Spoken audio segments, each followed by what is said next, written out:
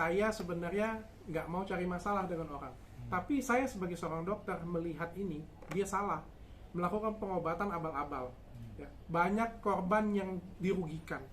Saya pengen dewasa, saya nggak mau ribut-ributin dia. Waktu dia bilang dokter Richard tuh pintar tidak beradab, tapi tidak beradab. Saya bisa loh ribut-ributin dia.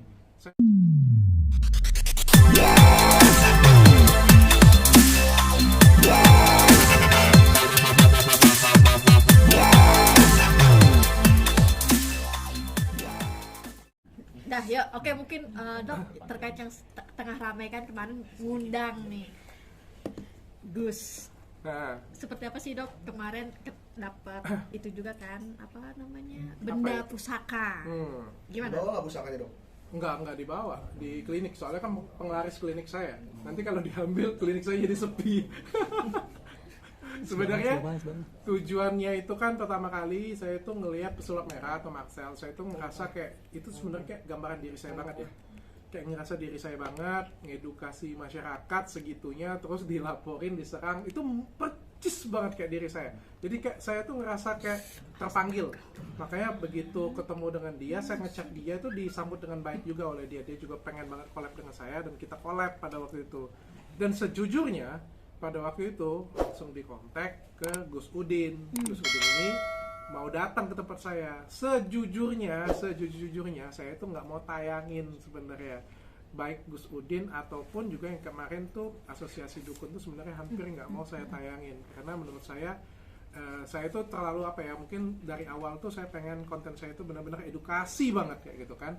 Di Marcel pun yang saya bawa itu nggak perseteruannya, saya tidak membawa perseteruan antara Gus Udin dengan Marcel, nggak ada sedikit pun kayak diadu kayak gitu punya apa yang dilakukan, nggak ada. Saya bahasan tentang edukasi semuanya. Tapi akhirnya saya putuskan untuk masukin Gus Udin ke dalamnya untuk pembelajaran untuk kita sama-sama.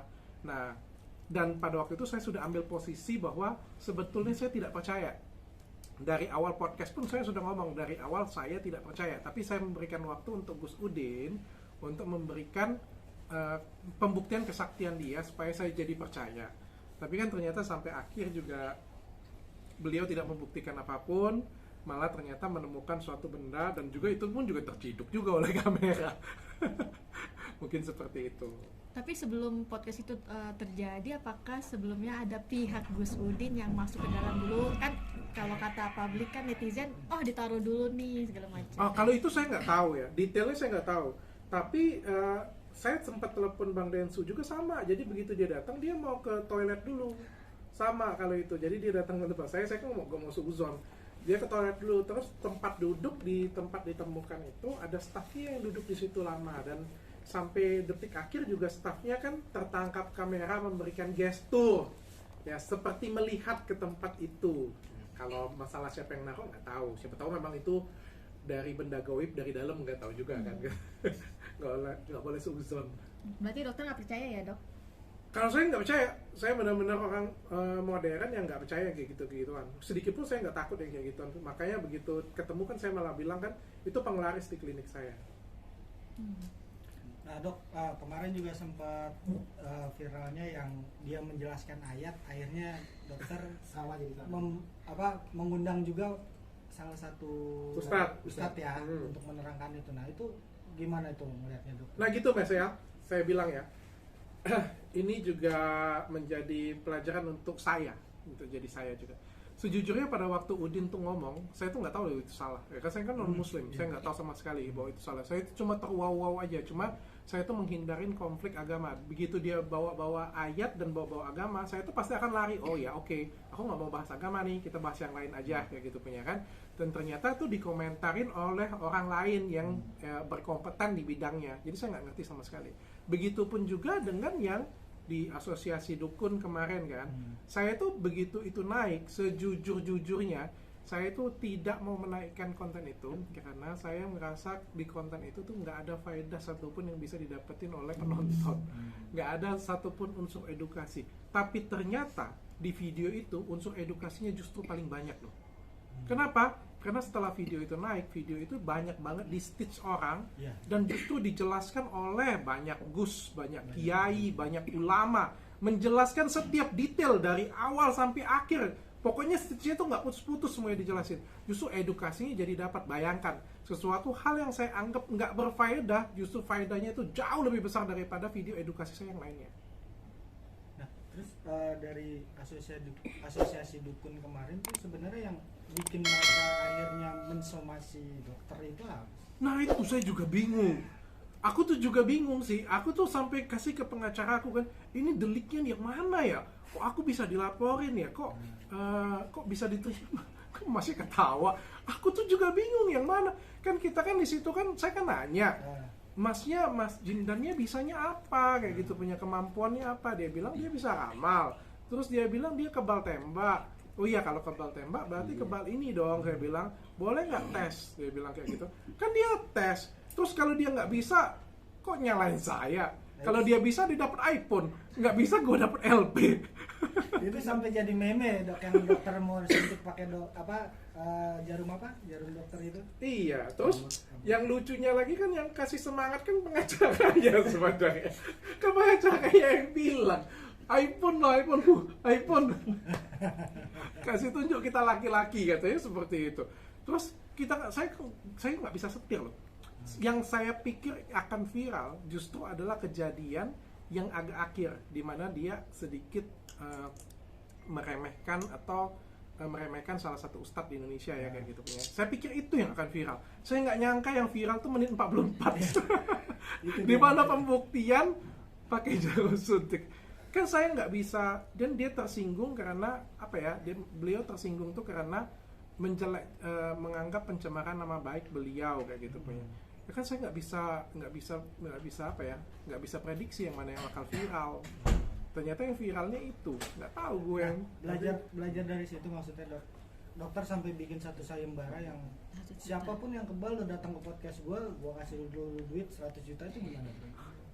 Nih ya, ini catatan ya, ini dipelintir oleh media nih. Sayembara dengan tantangan itu berbeda. Ya kalau tantangan itu, saya tantang nih 1 lawan 1. Ya dia pukul, saya pukul. Dia potong, saya potong. Dia bacok, saya bacok. Itu namanya tantangan. Ini sayembara. Sayembara itu pernah nggak lihat sih raja yang memberikan sayembara? Artinya kalau ada yang bisa ya saya wow dan saya berikan hadiah. That's it, cuma itu aja. Saya tuh penasaran. Ada nggak orang yang benar-benar kebal? Kalau benar-benar ada yang kebal dari pisau bedah saya kasih duit 100 juta, berarti kan saya wow kayak gitu punya kan, saya bahagia, saya bangga. Dan ternyata dari sini juga saya belajar bahwa sebenarnya debus itu adalah budaya ternyata. Debus itu bukan ilmu-ilmu dukun kesaktian atau apalah kayak gitu punya. Nah itu juga akan saya bahas nanti di podcast saya untuk selanjutnya nanti. Dokter dibilang juga katanya melanggar kode etik karena nyuntik dengan alat digital. Yang mana belajar kode etiknya? Aduh, suka-suka dia aja lah pokoknya. Aku kalau kode etik di kedokteran itu panjang ya, lapor dulu kode etiknya. Mana sih kode etiknya? Ya katanya kode etiknya itu dokter memperagakan alat kedokteran itu bukan pada tempatnya gitu. Kayak gitu katanya dok. Di mana pasal kode etiknya coba? Aku belum telaah ya, tapi rasanya aku belum pernah dengar deh yang kayak gituan punya. Ya kan? Ibaratnya kayak gini, dia kan pakai jarum pentol. Ya mas, kalau pakai jarum pentol bisa, di logika saya pakai jarum suntik harusnya juga pasti bisa. Masa beda lagi dia bilang. Aku nggak tahu bedanya di mana. Karena aku cuma bilang ya, kalau pakai jarum pentol, waktu dia coba kan, aku bilang coba pakai jarum suntik. Malah saya bilang pakai aboket pada waktu itu. Kalau pakai aboket saya bisa, saya bilang. Terus dia bilang pula kan, dia yang bilang, jikalau kata, kalau dokter tusuk saya. Terus gak tahu bos, dokter mau kasih apa? Dia bilang kan, itu yang viral kan. Terus saya senyum kan, saya bilang, ini juga ada yang ngomong, saya nunjuk wajah. Saya tidak pernah menunjuk wajah, saya menunjuk tangan. Saya nunjuk ke tangannya. Kalau kamu disuntik pakai aboket nggak tembus, saya kasih iPhone. Saya bilang seperti itu. Saya juga nggak tahu bahwa itu nggak akan jadi viral. Sebenarnya sejujurnya bukan itu yang viral. Sejujurnya respon dia setelah itu. Itu yang bikin viral itu karena dia tidak bisa membuktikan, karena beliau sudah menantang, habis itu beliau nggak bisa membuktikan, akhirnya jadi viral. Andai kata beliau membuktikan pada waktu itu, yakinlah nggak akan viral video itu. Dokter, berarti dengan dokter membuka sayembara seperti itu hingga saat ini belum ada yang mendaftar sayembara seperti itu? Ada beberapa yang daftar, tapi kalau menurut saya sampai sekarang tidak ada yang memenuhi kriteria. Emang kriterianya apa tuh, Dok? Kita sortir ya semuanya ya. Jadi kita persilakan untuk mereka juga mengirimkan, ya kan gini Mas, kita kan mau kumpulin mereka, datengin mereka ya, kita kan harus tahu dulu, kita sortir dulu dong, memang punya kemampuan atau asal ngomong aja. Kita tes dulu mereka bisa nggak benar-benar buat video pakai pisau bedah, ditekan dulu, habis itu baru saya lihat langsung kan. Dan sampai detik ini belum ada yang kirim seperti itu. Gitu. Tetap Berarti aja. pembuktian dari dia harus ngirim, berarti tetap harus bisa bedah dulu ya? Iya dong. Ya, dia kan kalau misalnya datang ke sini ngelihat terus nggak dapat apa-apa, kan nanti kan kecewa. Ya kan, terus dia kan juga ada ongkos untuk datang ke sininya juga kan. Jadi dia sendiri dulu lah buat. Nanti kalau misalnya saya ngelihat, oke, ini meyakinkan nih, kita datangkan. Tapi tujuannya sayembara ya. Sayembara itu beda banget sayembara dengan tantangan. Tapi sayembara yang keduanya lebih unik tuh sebenarnya. 1 miliar tuh nggak main-main. Bukan 100 juta lagi loh itu. Ya, apa? Sudah. Kalian nggak lihat tuh, itu sayembaranya keren loh. Itu karena kan ada kemarin ada dukun di sini yang katanya bisa pindahin penyakit ke kambing. Dia bilang siapin kambingnya, nanti ada yang penyakit jantung dia pindahin, dia bilang. Nah, saya kasih sayembara, kalau bisa pindahin penyakit ke kambing, saya kasih 1 miliar plus kerja di klinik kecantikan Athena dengan gaji 100 juta per bulan. Ya, penyakitnya kecil-kecil aja, nggak usah jantung, jerawat. Jadi ada pasien jerawat saya, nanti ada kambing, tolong pindahin jerawatnya ke kambing. Kalau jerawatnya pindah ke kambing, saya kasih tuh 1 miliar plus gaji 100 juta per bulan. Paling nggak saya hemat karyawan loh Mas. Karena klinik saya nanti nggak usah beli alat, nggak usah beli laser, nggak usah beli peeling nanti. Ini duduk aja pasien yang ngantri nanti. Kalau dia pindahin semuanya ke kambing. Yakin saya klinik saya tambah rame. Tapi Dokter Richard itu berarti benar-benar sungguh mencari sayembara itu ya, nggak yang untuk yang kabar bisa bedah gitu. Ya kalau memang ada ya memang boleh kan, saya kasih lihat saya sih. Kalau memang ada berarti Superman dong. Ya siapa tahu kan memang ada manusia yang seperti itu punya, mungkin bisa saya gaji jadi bodyguard saya kan. Mau dipekerjakan berarti ya? Iya dong. Saya aja mau, ya kalau misalnya ada orang-orang yang sakti, kalau bisa dipekerjakan kita pekerjakan dong Mas. Bayangkan kalau misalnya Superman di dunia ini bisa mau kerja dengan Mas, ya pasti mau saya jadi bodyguard saya.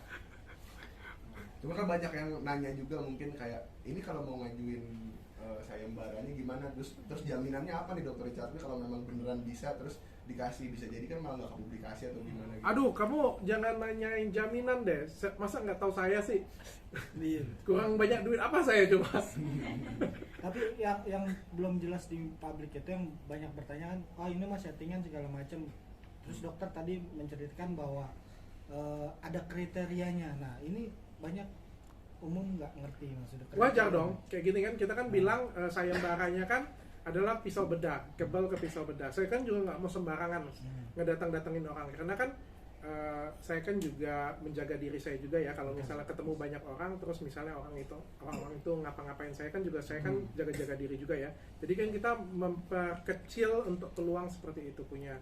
Siapa tahu ada dunia ini kan yang daftar cuma mau main-main atau ada niat buruk kan kita nggak ada yang tahu. Tentu kalau memang dia punya kemampuan seperti itu ya dites dulu dong, dibuat dalam bentuk video, dites. Ada pisau bedah, scalpel murah. Scalpel murah, bukan banget, itu kan disposable kan, sekali pakai kan. Terus pakai, dia tekan, nah kebal kayak gitu. Kita seleksi, datang dong ke tempat kita. Indonesian Got Talent aja sama Indonesian Idol aja kan ada seleksi dulu Mas. Berarti harus ada casting dulu lah. Iya gitu. Maka semuanya didatengin. Nanti sampai sana cuma ngobrol aja dengan saya, banyak ngeles lagi kan. Karena kemarin juga ngomongnya kayak gitu.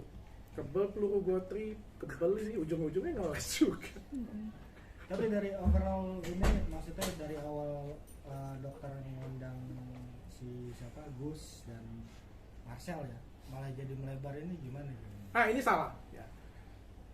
Saya menghilangkan ini ya. Saya pikir saya pengen dewasa. Jadi satu, Gus Udin tidak punya salah dengan saya. Dia tidak punya salah apa-apa dengan saya. Jadi saya sebenarnya nggak mau cari masalah dengan orang. Tapi saya sebagai seorang dokter melihat ini, dia salah. Melakukan pengobatan abal-abal. Ya. Banyak korban yang dirugikan. Saya pengen dewasa, saya nggak mau ribut-ributin dia. Waktu dia bilang Dokter Richard tuh pintar tidak beradab, tapi tidak beradab. Saya bisa loh ribut-ributin dia. Saya ributin dia, saya tuntut, saya UITE bisa loh. Tapi saya ngapain? Saya males. Yang saya buka apa? Saya kasih edukasi ke masyarakat. Saya datangin Ustadz. Nih, Pak Ustadz, tolong nilai kata-kata dia, benar atau enggak. Saya datengin korban. Benar nggak seperti ini punya? Saya datengin mantan santri dia. Saya datengin mantan kameramennya dia. Saya datengin Ustadz lagi, rukiah yang benar bagaimana. Jadi, saya kasih manfaat aja ke masyarakat. Masyarakat yang nilai.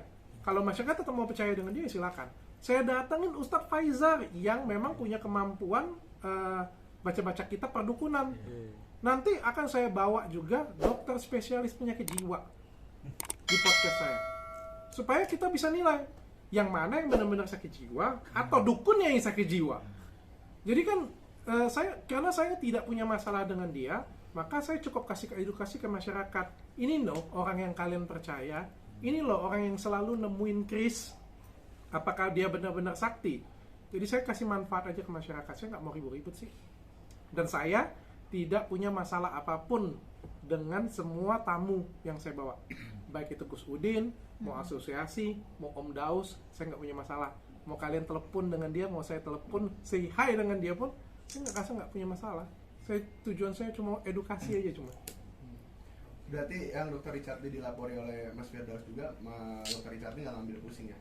Apa yang mau saya pusing? Saya juga bingung. Apa yang dilaporinnya dulu yang mana? Oke, kalau untuk laporan kemarin Bang Daus bilang bahwa ada beberapa scene yang tidak perlu, yang udah perjanjiannya tidak dimasukkan, tapi malah dimasukkan ke dalam video. Itu emang apa aja yang dimasukkan? Perjanjiannya itu gimana? Oke, gini. Detail, dia ada minta detail pertanyaan. Kita kasih semua pertanyaannya. Semua pertanyaannya itu ditanyakan di dalam podcast. Tapi kan podcast ini bukan pertanyaan yang baca kayak gini punya. Nomor 1, Pak. Betul. Apakah ini? Oke, kita ke pertanyaan nomor 2, Pak. Kan kita kan podcast ini kan mengalir ngobrolnya. Tentu kita ngomongnya, oke, Jindan, oke. Kamu dukun juga? Ya, kamu juga dukun juga kayak gitu punya. Ya, kamu bisa apa aja? Oh, rukiah. Selain rukiah bisa apa lagi? Kan kita kan mengalir ngobrolnya seperti itu punya. Terus di tengah-tengah dia ada ngomong, ini sudah melebar nih, sudah melebar. Saya bilang, ya nanti saya cut. Itu kan yang dibawa dia kan. Yang saya maksud dengan cut, itu bukan cut bagian itu. Yang saya maksud bagian cut itu adalah kalau misalnya ada bagian iris, ada bagian tusuk, itu akan saya cut. Karena itu dolar kuning kalau di YouTube. Bukan ngobrolannya mau di-cut. Kalau misalnya pas dia iris lidah kayak gitu punya, itu akan saya cut pasti. Kalau misalnya obrolannya, ngapain saya cut obrolannya? Kalau misalnya kayak di tempat Densu, misalnya kayak gitu punya, ya saya pertimbangkan pasti, kalau misalnya memang dari awal nggak ada apa-apa, pasti saya cut. Kan di Gus Udin saya cut. Kenapa saya cut ya? Karena menurut saya nggak ngasih faedah apapun ke penonton saya, ngapain saya gitu kan? Saya bilang kan.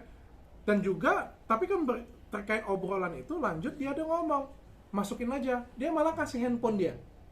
Yang ngasih handphone dia, masukin aja katanya. Terus itu yang kedua ya. Terus yang ketiga, sebenarnya saya punya rekaman. Dia ngomong bahwa ada yang harus dipotong dan dia punya buktinya itu. Ya buktikan aja sih, nggak jadi masalah. Ada nggak buktinya hitam di atas putihnya? Dan dia ngomong itu, nggak ada buktinya. Dan saya malah punya buktinya, rekaman suara bahwa saya ngomong dengan si Jindan. Nanti akan saya review. Saya itu takut potong, karena kalau saya, bayangin, ini video nggak dipotong. Video tidak dipotong saja, itu bisa ngarahin opini, bisa viral. Bayangkan kalau saya potong, viralnya itu bisa lebih parah lagi. Makanya saya nggak mau potong sama sekali, supaya masyarakat aja yang nilai semuanya. Dan pada waktu itu saya ngomong di akhir, sebelum dia pulang, Mas, saya bilang, ini saya review, terus saya kalau misalnya saya tayangkan utuh-utuh, nggak jadi masalah ya. Nggak jadi masalah dok, siap katanya. Ya sudah. Jadi saya bingung, dilaporin ini deliknya yang mana nih, bingung aku. Ya katanya gara-gara podcast Bang Richard itu dia Jindan jadi dibully. Netizen banget. Serem banget. Aku ada bully dia nggak di Itu video itu? satu akibat. Oke, kalian nonton nggak sih videonya? Nonton. Saya ada bully dia nggak? Lu nggak bisa lo. Lu ngeles doang lo. Nggak ada loh. Saya ngomong kayak gitu punya. Saya ngomong di situ, saya hargain. Kalau kamu tidak mau, belum mau menunjukkan kesaktianmu di sini, saya hargain. Saya bilang seperti itu. Saya nggak bisa kontrol yang mana yang viral. kalau mau gugat semua masyarakat Indonesia yang motong-motong video itu tuh dijedak-jedokin lagi. Udah? Dokter, saya mau tanya tentang Rasman. Menurut dokter gimana? Tidak, ya tadi saya sudah jelasin ya, nggak ada yang saya sudah sampaikan bahwa saya akan tayangkan murni-murni ya semuanya. Saya sudah tayangkan itu dan ada keterangan oke dari Mas Jindannya sendiri. Terus juga tidak ada surat keterangan bahwa harus potong dari beliaunya. Sama ada satu lagi ya, katanya ada video tentang pembahasan dengan pesulap merah yang tidak tayang. Nggak ada. Dari detik on cam mulai sampai akhir no cut, tidak ada satupun yang dipotong. Soal yang di luar on cam ini, yang di luar on cam, soal pakai tembakan itu. Nggak ada, ini on cam kita nggak ada ngomong apa-apa. Di luar off cam kita nggak ada ngomong apa-apa. Tes untuk nembak-nembak itu. Off cam ya nggak saya tanggepin juga ya, kita kan off cam cuma sebentar aja sih ngomong. Tapi Ya nggak direkam gitu. nggak ada direkam gitu. Tapi pengakuan dari pihak mereka itu direkam sama pihak dokter katanya, Nggak makanya ada. jadi ramai gitu loh. Oh nggak ada lah, yang tayang kan yang di podcast yang warna kuning itu aja cuma. Yang di studio saya tanya Dr. Richard aja cuma. Tapi sejauh ini sudah menerima surat somasi? Belum. Somasinya online, makanya saya balasnya online. Oke. Mana ngasih somasinya 1 kali 24 jam lagi, saya lagi sibuk dia suruh saya jawab lagi. Ada rencana ditanggapi oleh dokter? Enggak, saya nggak ada hard feeling ya. Kalau misalnya semua tamu podcast saya hard feeling kayak gitu punya, gawat mas. Semua tamu podcast bisa ributan ya.